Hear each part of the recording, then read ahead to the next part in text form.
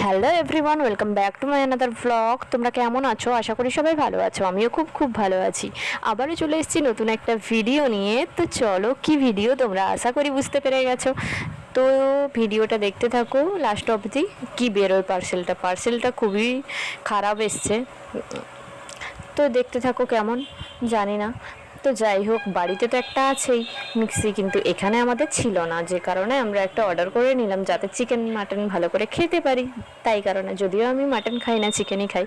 তো চলো, এটা আনবক্সিং করে দুজন লোক এসেছিলো, ওরা দেখিয়ে দিচ্ছিলো আর ফটো তুলে নিচ্ছিলো। ওদের ওখানে কোথায় সাবমিট করতে হবে জানি না বাবু। যাই হোক, তো নিয়েছি। যাই হোক, ওরা ফটো তুলো করার পরে প্যাক করে দিল, তাই আমি নিয়ে এবার চলে যাব টুকটুক করে দিদিকে দেবো এটা। কারণ দিদি এখানকার অনেক ইয়েগুলো ক্র্যাশার ইউজ করতো, যে কারণে আমাদের অনেকটাই কষ্ট হতো যাতে আমরা তাড়াতাড়ি ভালো ভালো খাবার খেতে পারি, যে কারণে আমাদের এটা অর্ডার করা।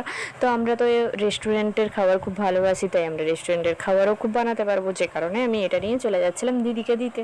দিদিকে দেওয়ার পর দিদি দেখছিল জিনিসটা, তাই আমি বলছি তুই এটা ধরে নে, আমি এবার ডিউটি যাই। টাটা। তোমাদের কেমন লাগলো ভিডিওটা ভালো লাগলে লাইক কমেন্ট শেয়ার করে দিও, আর পেজে নতুন হয়ে থাকলে পেজটি ফলো করে দিও। আজকের মতো টাটা।